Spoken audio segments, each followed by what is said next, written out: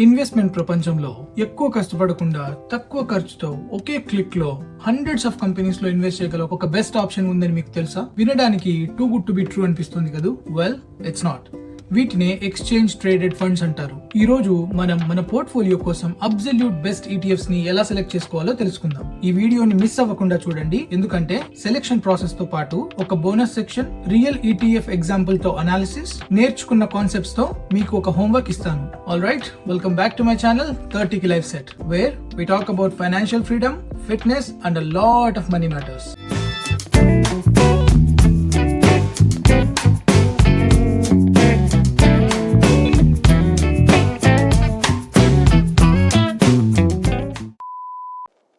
Single company stocks వెతకడం అంటే గడ్డివాములో సూది వెతకడం లాంటిది.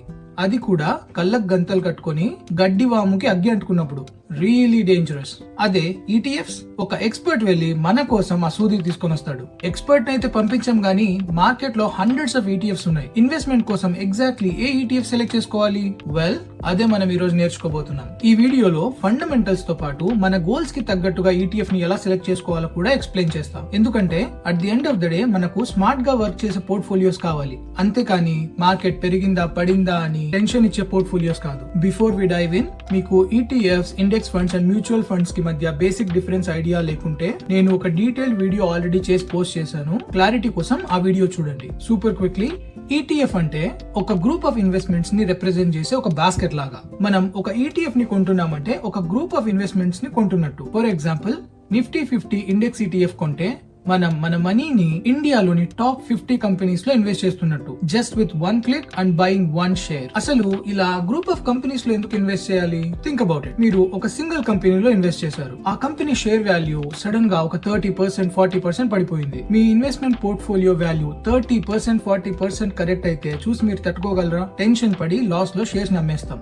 అవునా కాదా? అదే ఒక గ్రూప్ ఆఫ్ కంపెనీస్ లో ఇన్వెస్ట్ చేస్తే ఒక కంపెనీ టోటల్ లాస్ అయినా మిగతా కంపెనీస్ వల్ల మన పోర్ట్ఫోలియోకి ఒక స్టెబిలిటీ వస్తుంది. మా అమ్మమ్మ చిన్నప్పుడు చెప్పేది, బయటకు వెళ్ళినప్పుడు దగ్గర ఉన్న క్యాష్ మొత్తం ఒకే చోట పెట్టుకోకరా, డిఫరెంట్ ప్లేసెస్ లో పెట్టుకో. సో పోగొట్టుకున్నా లేదా దొంగతనం జరిగినా మిగతా క్యాష్ అట్లీస్ట్ సేఫ్ గా ఉంటుందని. ఎసెన్షియల్ గా ఈటీఎఫ్ కూడా సేమ్ కాన్సెప్ట్. సరే, ఈటీఎఫ్ అంటున్నావు, గ్రూప్ ఇన్వెస్ట్మెంట్ అంటున్నావు, సూద్ అంటున్నావు, హవ్వ అంటున్నావు, తాత అంటున్నావు, కానీ ఈటీఎఫ్ సెలెక్షన్ ఎలా చేసుకోవాలో చెప్పట్లేదు అని మీలో కొంతమంది అనుకుంటూ ఉండొచ్చు. ఆల్ రైట్, ఆ పాయింట్ కే వస్తున్నా. పెన్ అండ్ పేపర్ రెడీగా పెట్టుకోండి. ఇవి absolute crucial factors ETF select చేసుకోవడానికి. Factor number 1, expense ratio. Expense ratio అంటే ఈటీఎఫ్ మేనేజ్మెంట్ కంపెనీకి మనం ఇచ్చే యాన్యువల్ ఫీ. అసలు ఎందుకు ఇస్తున్నాం మనం వీళ్ళకు యాన్యువల్ ఫీ? ఆబ్వియస్లీ మన తరపున మన మనీని తీసుకుని ఈ గ్రూప్ ఆఫ్ కంపెనీస్ లో ఇన్వెస్ట్ చేసి మేనేజ్ చేయాలి కదా, కాబట్టి మన దగ్గర కొంచెం ఫీ చార్జ్ చేస్తారు. యూజువల్ గా ఈ ఎక్స్పెన్స్ రేషియో లెస్ దాన్ 1% ఉంటుంది. ఈ ఎగ్జాంపుల్ ని గమనించండి. ఒక ఈటీఎఫ్ ఎక్స్పెన్స్ రేషియో 0.04% అయితే అదే ఇంకొక ఈటీఎఫ్ ఎక్స్పెన్స్ రేషియో 0.67%. 1%గా ఫీ ఇచ్చేస్తే పోలా అని చాలా మంది అనుకుంటూ ఉండొచ్చు.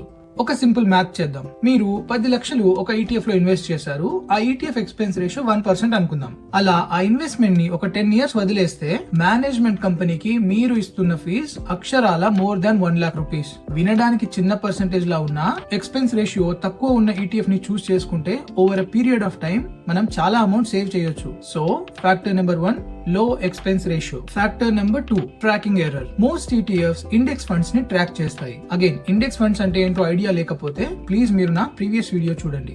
గెటింగ్ బ్యాక్, ట్రాకింగ్ ఎర్రర్ అంటే ఈటీఎఫ్ ట్రాక్ చేస్తున్న ఇండెక్స్ ఫండ్ అండ్ ఈటీఎఫ్ మధ్య ఎంత డిఫరెన్స్ ఉంది అని. సింపుల్ గా చెప్పాలంటే, ఇండెక్స్ 10% పెరిగితే మన ఈటీఎఫ్ 10% పెరిగిందా లేదా రెండిటి మధ్య ఏమైనా డిఫరెన్స్ ఉందా అని చెప్పే మెట్రిక్ కే ట్రాకింగ్ ఎర్రర్. ఈ Nifty 50 index ETF tracking error ని గమనించండి. ఇది 0.01%, విచ్ ఇస్ వెరీ గుడ్. అంటే నిఫ్టీ 50 ఎంత పెరిగితే ఈ ఈటీఎఫ్ కూడా ఎగ్జాక్ట్లీ అంతే పెరిగింది, except 0.01%, which is very minimal, which is very good. So factor number 2, తక్కువ ట్రాకింగ్ ఎర్రర్ ఉండాలి. Factor number 3, liquidity. లిక్విడిటీ అంటే రోజుకి ఎన్ని షేర్స్ బయింగ్ అండ్ సెల్లింగ్ జరుగుతున్నాయి అని. సింపుల్ గా ఎక్స్ప్లెయిన్ చేస్తా. మీరు ఒక ఈటీఎఫ్ యొక్క 100 షేర్స్ కొందామని డిసైడ్ అయ్యారు. ఈచ్ షేర్ వాల్యూ 100 రూపీస్ అనుకోండి. సో 100 షేర్స్ టైమ్స్ 100 రూపీస్ కాబట్టి 10,000 రూపీస్ అవుతుందని మీరు క్యాలిక్యులేట్ చేసుకున్నారు. కానీ 10,000 బదులు 10,500 కట్ అయింది. అదేంటి, 100 షేర్స్ కొంటే 10,000 కట్ అవ్వాలి. కానీ ఇది లిక్విడిటీ తక్కువగా ఉండడం వల్ల జరిగింది. మనం 100 షేర్స్ 100 రూపీస్ తోనే కొందామని డిసైడ్ అయ్యాం, కానీ అమ్మే వాళ్ళు తక్కువ ఉండడం వల్ల వాళ్ళు ఎంత రేట్ చెప్తే మనం అంతకే కొనాలి. ఏ మొక్క లేనప్పుడు కొత్తిమీర మొక్కే మహావృక్షం అంట.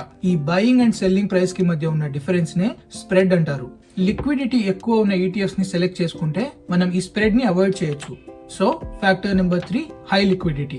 Factor number 4 the underlying index. ఇది చాలా ఇంపార్టెంట్ ఫ్యాక్టర్. ఆన్లైన్ లోకి వెళ్లి బెస్ట్ ఈటీఎఫ్స్ అని సెర్చ్ చేసి హైయెస్ట్ రిటర్న్ ఇస్తున్న ఈటీఎఫ్ ని సెలెక్ట్ చేసుకుని అందులో ఇన్వెస్ట్ చేయడం కరెక్ట్ ప్రాసెస్ కాదు. ఒక ఈటీఎఫ్ ని చూస్ చేసుకునేటప్పుడు ఆ ఈటీఎఫ్ ఏ సెక్టర్ లేదా ఏ ఇండెక్స్ ని ట్రాక్ చేస్తుంది అని గమనించడం చాలా ఇంపార్టెంట్. ఫర్ ఎగ్జాంపుల్, నా ఇండియన్ ఈటీఎఫ్ పోర్ట్ఫోలియోలో నిఫ్టీ 50 ఒక major part. Nifty 50 maximum tech and financial sectors పైన డిపెండ్ అయి ఉంటుంది. ఇండియన్ ఎకానమీ ఇప్పుడు ఇన్ఫ్రాస్ట్రక్చర్ అండ్ గ్రోత్ పైన ఎక్కువ ఫోకస్ చేస్తుంది.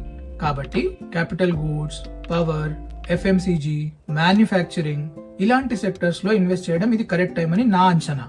ఏ ఈటీఎఫ్ ఇలాంటి సెక్టర్స్ ఉన్న కంపెనీస్ లో ఇన్వెస్ట్ చేస్తుందో తెలుసుకోవాలి. అండ్ నేను సెలెక్ట్ చేసుకున్న ఈటీఎఫ్ నిప్పాన్ జూనియర్ బీస్. So factor number 4 identifying the underlying index. Factor number 5 fund size. Fund size అంటే ఈ ఈటీఎఫ్ లో ఎంత మనీని టోటల్ గా ప్రజలు ఇన్వెస్ట్ చేశారు అని అర్థం. ఫర్ ఎగ్జాంపుల్, ఒక కొత్త ఈటీఎఫ్ లో నువ్వు ఒక 100 రూపీస్, నేను ఒక 100 రూపీస్ ఇన్వెస్ట్ చేసాం అనుకుందాం. ఆ ఈటీఎఫ్ యొక్క ఫండ్ సైజ్ 200 రూపీస్. ఆ 200 రూపీస్ ని ఈ ఫండ్ మేనేజర్స్ ఈటీఎఫ్ లో ఉన్న కంపెనీస్ లో ఇన్వెస్ట్ చేస్తూ ఉంటారు. ఫండ్ సైజ్ ఎంత ఎక్కువ ఉంటే ప్రజలకు ఆ ఫండ్ మీద అండ్ ఆ కంపెనీ మీద అంత ఎక్కువ నమ్మకం ఉందని అర్థం. ఆల్ రైట్, ఇప్పటిదాకా మనం డిస్కస్ చేసింది ఈటీఎఫ్ సెలెక్షన్ యొక్క ఫండమెంటల్స్. వీటిని మించిన ఒక ఇంపార్టెంట్ స్టెప్ ఉంది, strategic thinking to match our investment needs. అందులో స్టెప్ నెంబర్ 1 డైవర్సిఫికేషన్ గోల్స్. అసలు ఎందుకు మీరు ఒక పర్టికులర్ ఈటీఎఫ్ లో ఇన్వెస్ట్ చేద్దామని డిసైడ్ అయ్యారు? What is the goal you are trying to achieve with this ETF investing? ఈ గోల్స్ కి కొన్ని ఎగ్జాంపుల్స్ చెప్తాను, అర్థం చేసుకోవడానికి ట్రై చేయండి. ఈటీఎఫ్ ద్వారా గ్లోబల్ మార్కెట్ లో ఇన్వెస్ట్ చేయాలనుకోవడం, మన పోర్ట్ఫోలియోలో ఉన్న సెక్టోరల్ డైవర్సిఫికేషన్ గ్యాప్ ని ఫిల్ చేయడం, రిటైర్మెంట్ కి సూట్ అయ్యే లో రిస్క్ ఆప్షన్ లో ఇన్వెస్ట్ చేయడం. అలా మన ఇంట్రెస్ట్ ని బట్టి gold ETF, health care ETF, banking ETF, artificial intelligence ETF, real estate ETF, ఇలా బోలెడు ఆప్షన్స్ ఉన్నాయి. Number 2 investment timeline. Investment goals decide అయ్యాక నెక్స్ట్ ఉన్న important factor investment timeline. మీ ఏజ్ తక్కువ ఉండి రిస్క్ ఎక్కువ తీసుకోగల కెపాసిటీ ఉంటే మోస్ట్లీ మీరు aggressive and growth oriented ETF ని సెలెక్ట్ చేసుకుంటారు. ఎందుకంటే వోలటాలిటీ ఎక్కువ ఉన్న లాంగ్ టర్మ్ లో ఎక్సలెంట్ గ్రోత్ ఉంటుంది. అదే ఇన్వెస్ట్మెంట్స్ కి ఎక్కువ టైం ఇవ్వలేం, జస్ట్ ఉన్న క్యాష్ మీద కొంచెం రిటర్న్ వచ్చినా చాలు, అలా సేఫ్ ఆప్షన్స్ కావాలనుకునే వాళ్ళు mostly liquid funds and stable index funds ని చూస్ చేసుకుంటారు. బిగినర్స్ ఎవరైనా ఈ వీడియో చూస్తుంటే అసలు ఈ పోర్ట్ఫోలియోస్ అంటే ఏంటి, మన రిస్క్ కెపాసిటీని బట్టి ఎలా మనం పోర్ట్ఫోలియోస్ ని బిల్డ్ చేసుకోవాలి అని నేను ఒక డీటెయిల్ వీడియో పోస్ట్ చేశాను. అందులో ఉన్న పోర్ట్ఫోలియోస్ నేను బిగినర్స్ కోసం చాలా ప్రాక్టికల్ గా క్యూరేట్ చేసినవి. Watch that video for more details. Next factor active versus passive ETF. 90% ETFs index funds ని ట్రాక్ చేస్తాయి. ఈ ఇండెక్స్ ఫండ్స్ ని ట్రాక్ చేసే ఈటీఎఫ్స్ పాసివ్లీ మేనేజ్డ్. అంటే ఇండెక్స్ లో ఉన్న కంపెనీస్ ని ఈ ETF company as it is copy paste చేస్తుంది. But there are some ETFs which are actively managed. అంటే ఈ ETF company fund managers market conditions and company performances ని బట్టి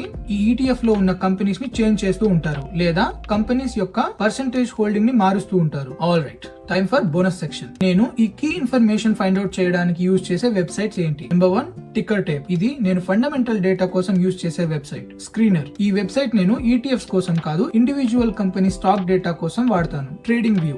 ఇది టెక్నికల్ అనాలిసిస్ కోసం వాడే వెబ్సైట్. అండ్ ఫైనలీ గ్రో నేను detailed analysis కోసం వాడను, జస్ట్ క్విక్ చెక్ కోసం వాడతాను. అన్ని నేను ఫ్రీ వర్షన్స్ వాడతాను, ఏది పెయిడ్ వర్షన్ వాడను. Trading view free version 2 indicators ని మాత్రమే అలౌ చేస్తుంది, కాబట్టి నేను అప్ స్టాక్స్ లో ఇంటిగ్రేట్ అయి ఉన్న ట్రేడింగ్ వ్యూ వాడతాను if I want to use more than 2 technical indicators. ఇప్పుడు మాట్లాడిన ఈ కాన్సెప్ట్స్ అన్ని ఒక ఎగ్జాంపుల్ తీసుకొని అర్థం చేసుకోవడానికి ట్రై చేద్దాం. మనం ఇండియాలోని టాప్ 50 కంపెనీస్ లో ఇన్వెస్ట్ చేద్దామని డిసైడ్ అయ్యాం. సో మన అండర్లయింగ్ ఫండ్ ఏంటి?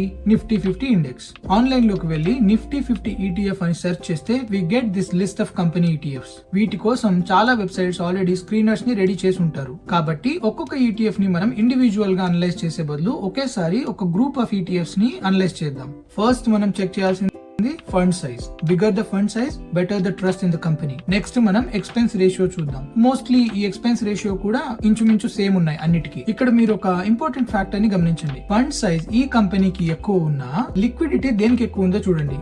అంటే ఏ కంపెనీలో ఒక రోజులో ఎక్కువ షేర్స్ ని అమ్మడం కొనడం చేస్తున్నారు, అదేగా లిక్విడిటీ అంటే. సో గమనించండి, ఫండ్ సైజ్ కి లిక్విడిటీకి సంబంధం లేదు. సో ఆబ్వియస్లీ ఈ 4 ఫ్యాక్టర్స్ ని బేస్ చేసుకుని నేను డిసైడ్ అయిన కంపెనీ నిపాన్ బీచ్. మనం ఇప్పటిదాకా ట్రాకింగ్ ఎర్రర్ చూడలేదు. ట్రాకింగ్ ఎర్రర్ ఇందులో లేదు కాబట్టి మనం టికెట్ టేప్ లోకి వెళ్లి చూద్దాం. Tracking error is very low. అంతే, based on our research Nifty 50 లో ఇన్వెస్ట్ చేయడానికి మన దగ్గర ఉన్న బెస్ట్ ఈటీఎఫ్స్ ఇవి. ఎగ్జాక్ట్లీ ఇలానే మన ఇన్వెస్ట్మెంట్ గోల్స్ కి తగ్గట్టుగా మనం ఈటీఎఫ్స్ ని సెలెక్ట్ చేసుకుని వాటి ఫండమెంటల్స్ ని చెక్ చేసి డిసైడ్ అవ్వాలి. మీకోసం ఇప్పుడు ఒక హోంవర్క్ టాస్క్. నేను గోల్డ్ లో ఇన్వెస్ట్ చేయాలి అనుకుంటున్నా. Find the best ETF to invest in gold and comment below ఎందుకు అండ్ ఎలా మీరు ఈ ఈటీఎఫ్ ని సెలెక్ట్ చేసుకున్నారు and your analysis. Let's see మీరు ఈ రోజు ఎంత నేర్చుకున్నారు. ఆల్ రైట్ ఫ్రెండ్స్, ఈ వీడియో కిందే వీడియో నచ్చిందని అనుకుంటున్నాను. నచ్చితే ప్లీజ్ లైక్ చేసి ఛానల్ ని సబ్స్క్రైబ్ చేసుకోండి.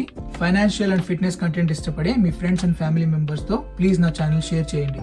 I really appreciate your support. See you in my next video. అప్పటిదాకా stay healthy, stay wealthy and stay disciplined.